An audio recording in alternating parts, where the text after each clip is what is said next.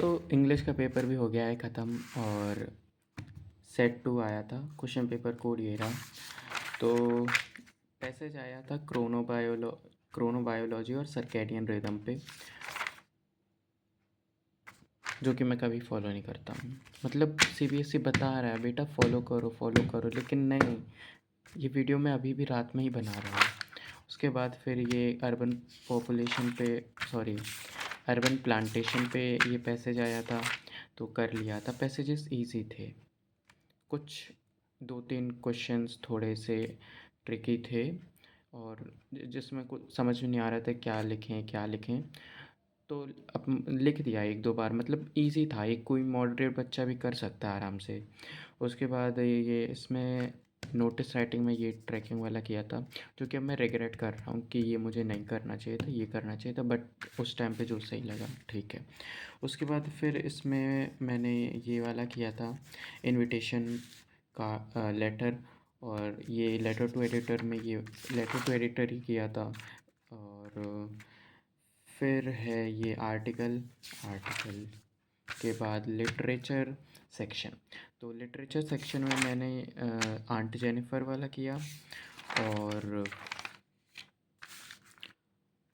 फिर 8th वाले में बामा वाला किया। इसमें मैंने किया है, ये दोनों ही नहीं किए मैंने। ये 9th वाला किया है, सोफ़ी वाला, 9th का बी। और ये क्वेश्चन आंसर्स में ये स्टार्टिंग के 4 किए हैं, इसका तो नाम देखकर ही छोड़ दिया मैंने। और ये 2 किए हैं, इन दोनों में मैंने ए वाला किया है। अब मैं तुम्हें अपना पूरा एक्सपीरियंस बताता हूँ कि कैसा क्या होगा।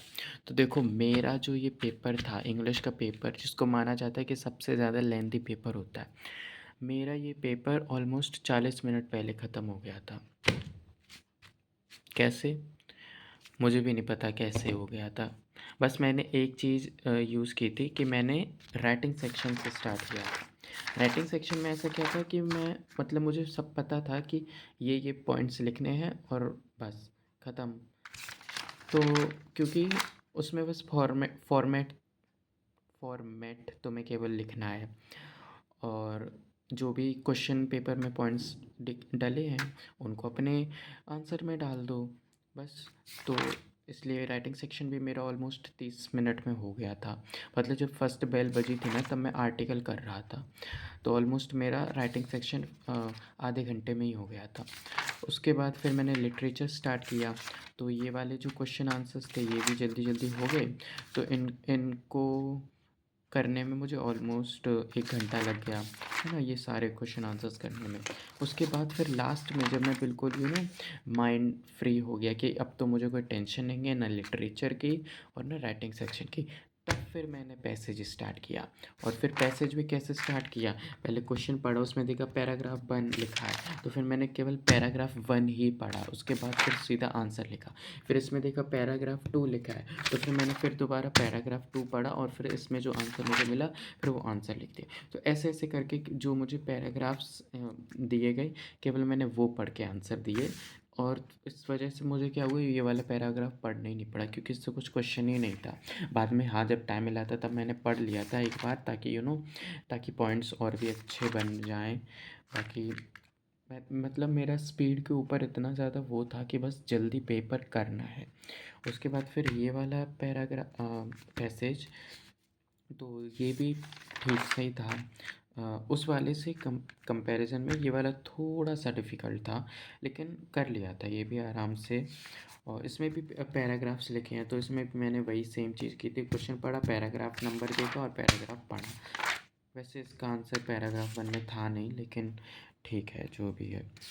उसके बाद फिर राइटिंग सेक्शन भी ऐसे ही कर लिया था, तो मेरा पेपर हो गया था। अब तुम लोगों को लग रहा होगा कि इंग्लिश के पेपर में कहीं अंडरलाइन भी नहीं है, तो हमारे जो इन्विजिलेटर था ना, उसने सख्त मना कर दिया था कि कोई भी बच्चा पेन नहीं चलाएगा। और मुझे तो स्पेशली आके बोला था कि पेन नहीं चलना चाहिए, मैं हाथ में पेंसिल लिया था, तो उन्होंने बोला पेंसिल यूज़ नहीं कर सकते हैं, स्पेशली मुझे आके बोला आके।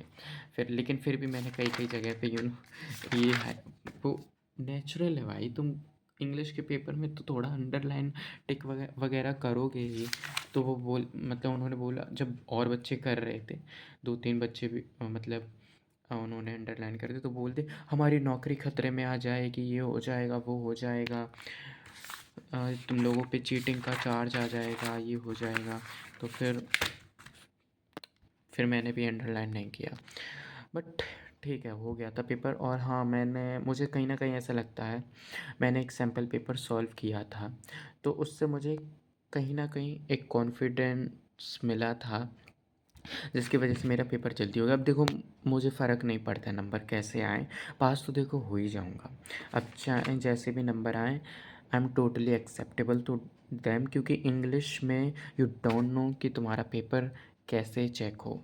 अगर कोई चाहे तो यही मेरी मतलब सेम पेपर में वो उस बच्चे को 60+ भी दे सकता है, और वही सेम पेपर में वो उसको बिलो 40 भी दे सकता है। तो ये एग्जामिनर के ऊपर है, आई मीन चेकर के ऊपर है, जो भी है जो चेक करता है उसके ऊपर है वो तुम्हारा पेपर कैसे चेक कर रहा है। क्योंकि 10th में मैंने देख लिया था, मैंने इतना बढ़िया बढ़िया लिखा था, लेकिन मेरा मतलब कितने 82 मार्क्स आए थे।